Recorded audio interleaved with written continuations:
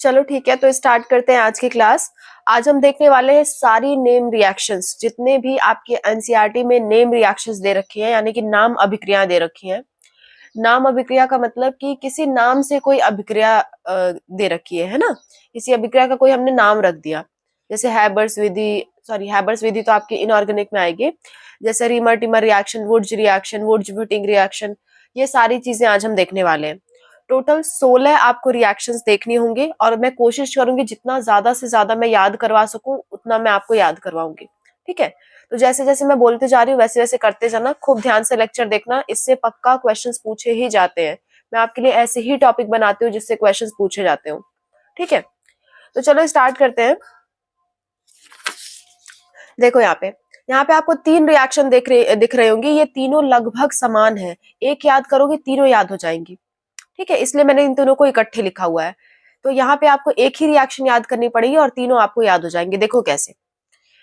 पहली बात तो आर मतलब क्या होता है? आर मतलब एल्क, यानी कि मेथ, एथ, प्रोप, ब्यूट, ये सारी चीजें आर में आ जाती हैं। मैंने इस पे एक लेक्चर बना रखा है, अगर आपको ये बेसिक्स नहीं पता है तो आप ऊपर आई बटन पे मेरा एक लेक्चर दिख रहा होगा, उसको जाके जरूर देखो। ठीक है, थोड़ा सा बेसिक नॉलेज मैंने उसमें दिया है ताकि आपको चीजें समझने में आसानी हो जाए। तो देखो यहाँ पे जो आपका आर एक्स लिखा हुआ है, आर मतलब होता है मेथ, एथ, प्रोप, ब्यूट, पेंट, कुछ भी हो सकता है, यानी 1 कार्बन, 2 कार्बन, 3 कार्बन, 4 कार्बन, चाहे जितना कार्बन आप ले लो, कार्बन की लंबी चेन होगी यहाँ पे। ठीक है, एक्स मतलब होता है फ्लोरीन, क्लोरीन, ब्रोमीन, आयोडीन, इनमें से कोई भी हो तो उसे हम एक्स कहते हैं। हेलोजन कहा जाता है इन्हें। फ्लोरीन, क्लोरीन, ब्रोमीन, आयोडीन, इनमें से कोई भी हो तो हम उसे क्या कहते हैं? एक्स कहते हैं। ठीक है, तो यानी कि कोई भी, अगर मैं एग्जांपल बताऊं, इसके जगह कुछ भी मेथ, एथ, प्रोप, ब्यूट हो और एक्स की जगह इन चारों में से कोई भी हो। जैसे मैं एग्जांपल अगर ले लूं CH3I, ठीक है, या CH3Cl ले लूं, तो ये किसका एग्जाम्पल हो जाएगा? ये वुड्स अभिक्रिया का एग्जाम्पल हो जाएगा आपके। ठीक है, अब देखो इसमें 2 सोडियम आयन लिया जाता, आयन नहीं लिया जाता, 2 सोडियम के अणु लिए जाते हैं और 2 ही RX लिया जाता है, यानी कि CH3Cl जो है वो 2 बार आपको लेना पड़ेगा, 2 अणु लेना पड़ेगा। तो देखना होगा क्या, इसी इसी RX के 2 R हो गए, है ना, 2 हमने अणु लिए हैं तो 2 R हो गए। इन्हीं ये 2 R क्या होते हैं? आपस में जुड़ जाते हैं, आपस में जुड़ जाते हैं, और जो आपका Na है वो X से जुड़ करके क्या बना देता है? NaX। तो एक बात ध्यान रखना, यहाँ से आपसे ऐसे भी क्वेश्चन पूछ सकता है कि अगर आपने मेथेन लिया, मेथेन, ठीक है, मेथेन लिया, CH3 वाला लिया, तो CH3 को अगर आपको CH2 CH3 में बनाना हो, यानी कि इसको डबल करना हो, ठीक है, तो आप कौन सी अभिक्रिया यूज करोगे? तो आप करना वुड्स रिएक्शन, क्योंकि इसमें 1 R लिया था और वो जुड़ करके 2 R हो गए। तो अगर आप 2 R लोगे तो जुड़ करके 4 हो जाएंगे, 4 लोगे तो जुड़ करके 8 हो जाएंगे। ठीक है, तो कभी भी आपको डबल करना हो तो आप ये चीज ले सकते हो। बात समझ में आ रही है? कभी भी आपको अगर डबल करना हो कार्बन का नंबर तो आप वुड्स अभिक्रिया का इस्तेमाल कर सकते हो। और आपसे डायरेक्टली नाम से भी पूछ लेता है कि वुड्स अभिक्रिया क्या है, समझाओ, तो आप इसको लैंग्वेज में भी लिख सकते हो। एक का मैं बता दे रही हूँ, बाकी सबका आप खुद से लिख सकते हो। देखो आप इसमें लिखोगे कोई भी एल्किल हेलाइड, एस का मतलब क्या होता है? हेलाइड, और आर का मतलब एल्क होता है। कोई भी एल्किल हेलाइड को अगर हम सोडियम के साथ लेते हैं तो क्या होता है? तो एल्किल हेलाइड जितना कार्बन लिया गया है उसके दुगने कार्बन से जुड़ा हमें एल्केन मिलता है, और हमें क्या मिल जाता है? सोडियम हेलाइड मिल जाता है। ठीक है, ऐसे आप लाइन लिख करके तब ये रिएक्शन लिख के कोई एक एग्जाम्पल इसका बना के लिख दोगे। जैसे मैंने यहाँ पे इसका एग्जाम्पल क्या बनाया? CH3Cl, और 2Na तो वैसा ही रहेगा। आर की जगह क्या आ जाएगा? ये देखो CH3 आ जाएगा। आर की जगह ये CH3 तो है, तो आर की जगह क्या आ जाएगा? CH3। एक आर की जगह एक CH3, दूसरे आर की जगह दूसरा CH3। ऐसे आप एग्जाम्पल बना के लिख सकते हो। आप चाहे जितनी लंबी चेन बना सकते हो, वो आपकी मर्जी है। ठीक है, तो एक रिएक्शन आपकी अगर तैयार हुई तो दूसरी रिएक्शन अपने आप हो जाएगी। देखो कैसे। यहाँ पे दोनों आर हमने सेम सेम लिया था, यानी कि CH3Cl लिया था, उसी को दोबारा ले लिया था। लेकिन यहाँ इस वाले में सेम सेम ना लेकर के एक तो हम कोई भी ले लेंगे, जैसे इसमें कोई भी लिया था वैसे इसमें भी कोई भी ले लेंगे, और दूसरा आपका बेंजीन होना चाहिए। याद करो मैंने आपको बताया था C6H6, ये क्या होता है? बेंजीन होता है। ऐसे करके इस बेंजीन को बनाया जाता है। अगर इस बेंजीन में कुछ जोड़ना है तो इसमें से एक हाइड्रोजन हटा के 6H5 कर देते हैं और यहाँ पे जो भी जोड़ना है जोड़ देते हैं। तो यहाँ पे हमने क्या जोड़ा है, आयोडीन। आप कोई भी हैलोजन जोड़ सकते हो, इनमें से कोई भी जोड़ सकते हो, फ्लोरीन, क्लोरीन, ब्रोमीन, आयोडीन कोई भी जोड़ सकते हो। तो एक बेंजीन लेकर के और एक आपका ये एल्केन लेकर के अगर आप ये रिएक्शन करवाते हो, देखो वापस से वही बनेगा, ये सारी चीजें इकट्ठे हो जाएंगी, ठीक है। आई, Na और I ये इकट्ठे होके बाहर निकल जाएगा और ये वाला इससे आकर के जुड़ जाएगा। जैसे इसमें दो R आपस में जुड़ जा रहे थे, अगर मैं एक RX को यहाँ लिखूं, एक RX को यहाँ लिखूं, तो वही चीज यहाँ पे लिखी हुई है। एक RX की जगह हमने ये ले लिया है, दूसरे RX की जगह हमने ये ले लिया है, ठीक है। और यही चीज सेम टू सेम हमने ये दोनों उठा करके जोड़ दी है और NaI को बाहर निकाल दिया है। ऐसा हमने यहाँ भी किया था।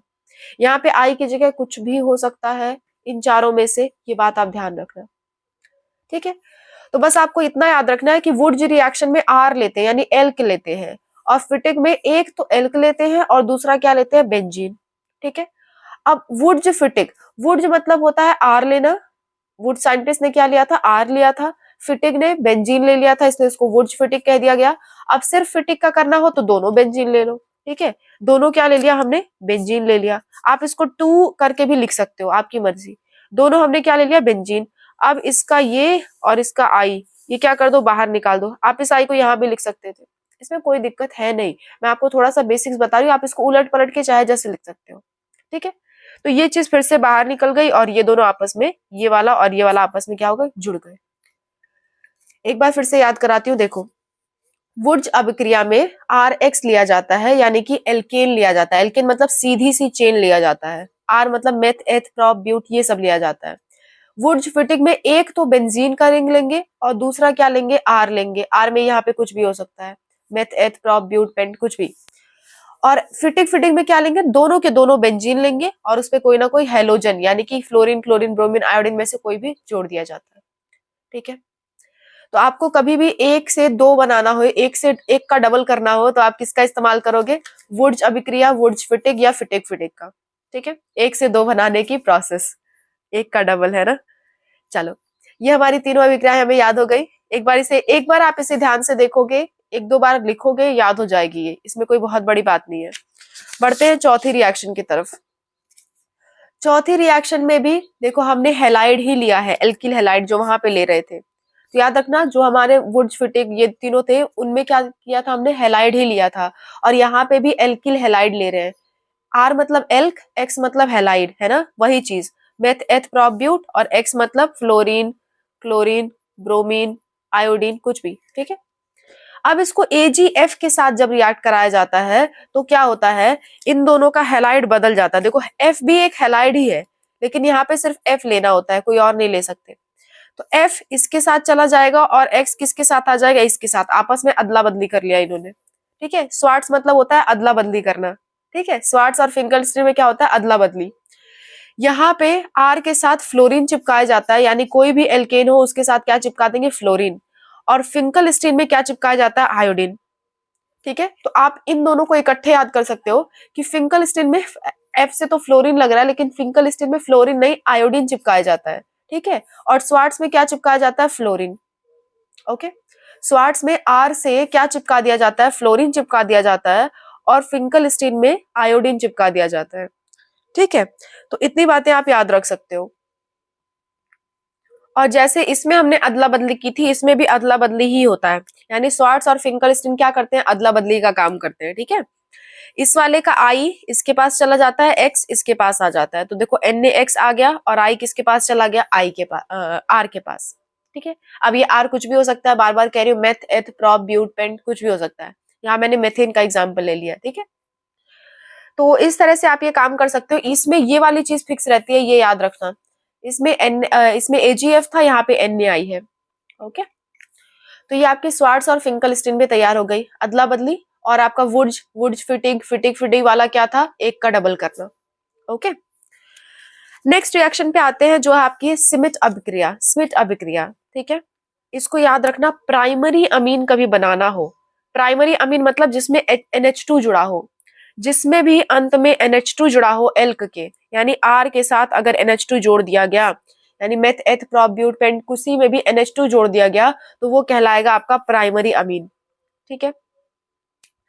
अगर हाँ यही चीज आपका बेंजीन में NH2 जोड़ दिया गया तो बताओ इसे क्या कहते हैं। मैं आपको ये बढ़ा चुकी हूँ, बताओ इसे क्या कहते हैं। ठीक है, आप कमेंट बॉक्स में लिख के मुझे ये बताओगे इसे क्या कहते हैं।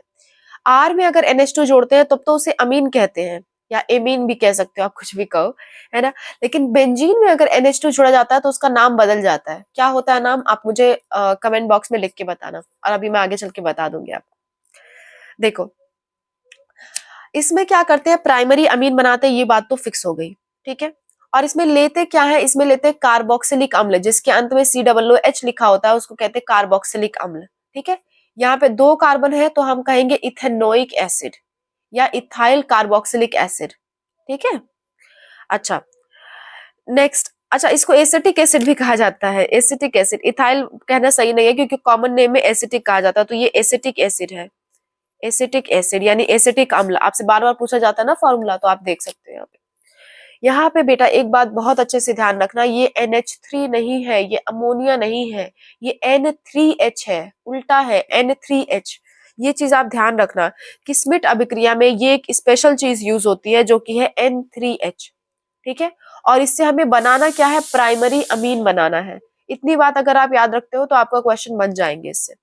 ठीक है, जब भी हम किसी भी कार्बोक्सिलिक एसिड में N3H डालते हैं तो हमें क्या मिल जाता है, प्राइमरी अमीन मिल जाता है। इसी को कहते हैं स्मिट अभिक्रिया। ठीक है, आगे बढ़ते हैं 7वीं अभिक्रिया की तरफ। 7वीं, इससे बहुत क्वेश्चन पूछे गए हैं, अभी तक मैक्सिमम क्वेश्चन इसी से पूछे गए हैं, तो देखना, इसको ध्यान देना। एल्डोल संघनन और कैनिजारो अभिक्रिया, ये दोनों आपस में जुड़ी हुई है। कैसे, कार्बोनिल कंपाउंड मतलब होता है या तो एल्डिहाइड या तो कीटोन। इसका मतलब क्या है, इसका मतलब है एल्डिहाइड, एल्डिहाइड, और इसका मतलब क्या है, कीटोन। ठीक है, एल्डिहाइड और कीटोन, बात समझ में आ रही है। एल्डिहाइड को CHO बताया जाता है, कीटोन को COO से, और इन दोनों को मिला करके हम कार्बोनिल कह देते हैं। ठीक है, तो ऐसे कार्बोनिल यानी कि ऐसे एल्डिहाइड या कीटोन जिसपे अल्फा हाइड्रोजन हो, ठीक है, सिर्फ वही ये अभिक्रिया देते हैं। अब अल्फा हाइड्रोजन क्या किसे कहते हैं, तो जरा इसे समझ लेते हैं। देखो इधर, अगर कोई कार्बोक्सिलिक ये CHO ग्रुप है ना, CHO है, इसके बाजू वाले कार्बन को कहते हैं अल्फा कार्बन, और अगर इससे कोई हाइड्रोजन जुड़ा है तो उसको कहेंगे अल्फा हाइड्रोजन। ठीक है, उसी को क्या कहते हैं, अल्फा हाइड्रोजन। यहाँ पे भी आपको क्या दिख रहा है, यहाँ पे जैसे अल्फा कार्बन मैंने आपको बताया, वैसे ही आपको यहाँ पे भी अल्फा कार्बन दिखेगा। ये देखो क्या है, CHO ग्रुप है, CHO के जस्ट बगल वाला कार्बन क्या है, अल्फा कार्बन, और इससे जुड़े सारे हाइड्रोजन, तीनों हाइड्रोजन क्या है, अल्फा हाइड्रोजन। ठीक है, इसके तीनों हाइड्रोजन क्या है, अल्फा हाइड्रोजन। तो यहाँ पे आपको दिख रहा होगा, यहाँ पे बाजू में भी सेम चीज मैंने लिख रही है, CH3 CHO CH3 CHO।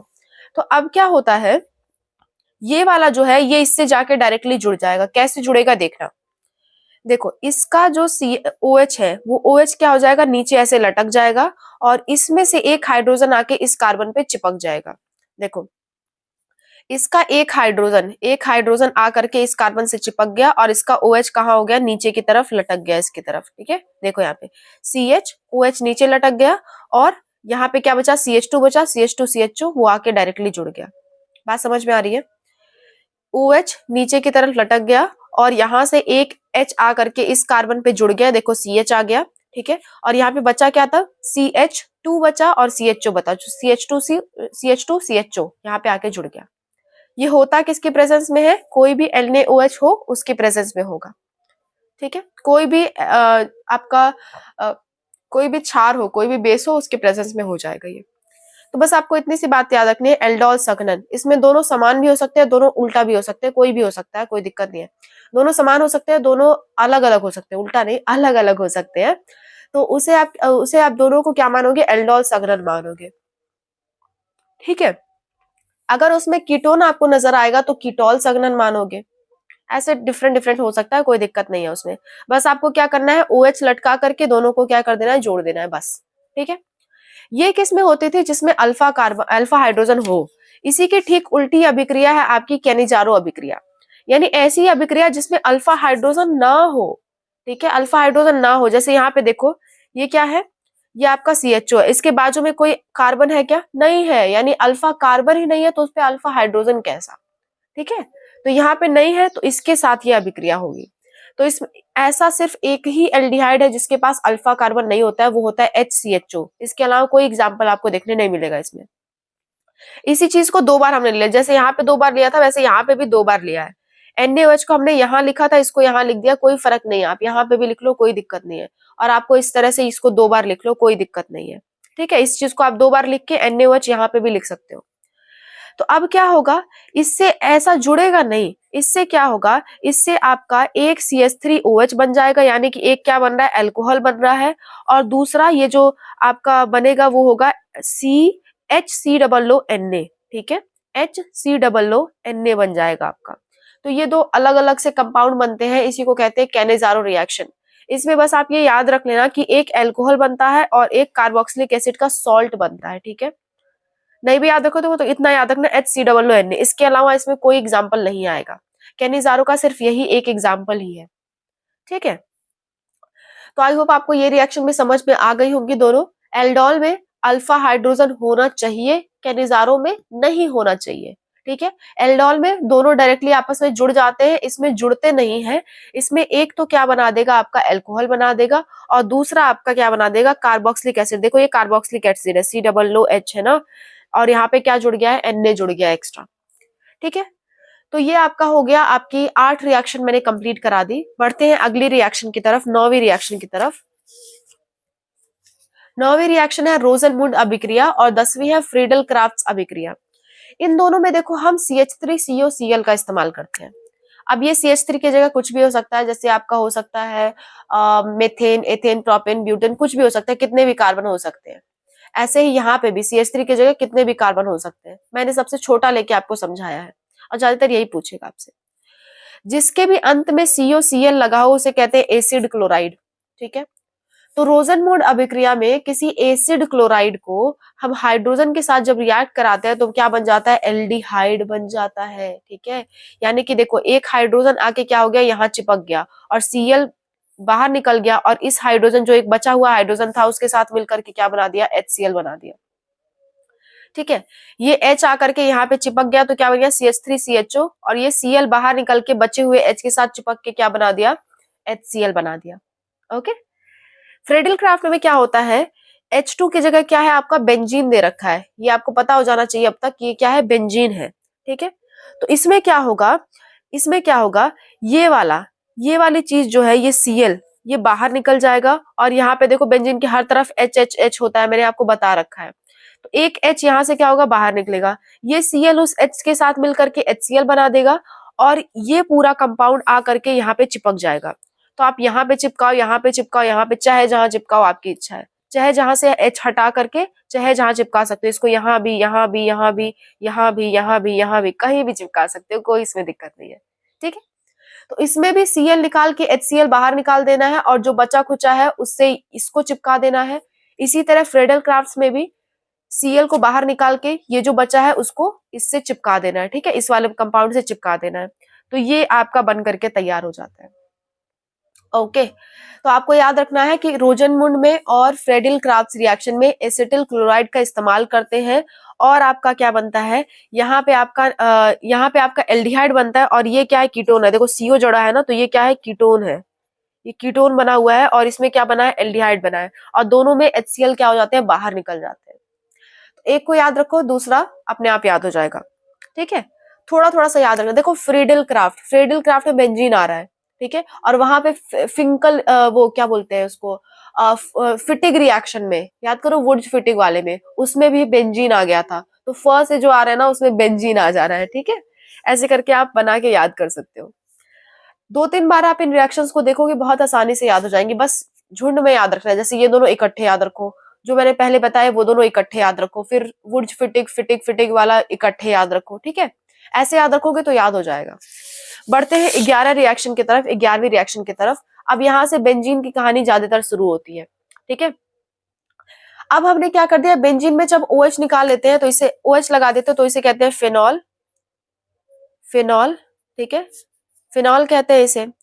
Phenol से जब हम क्लोरोफॉर्म मिलाते हैं, क्लोरोफॉर्म का फॉर्मूला आपसे पूछता है, याद रखना, CHCl3, जब हम फिनॉल में क्लोरोफॉर्म डाल देते हैं और कोई भी आपका क्षार डाल देते हैं, ये क्या है, क्षार है, कोई भी क्षार डाल देते हैं तो हमको मिलता है सैलिसिल्डिहाइड।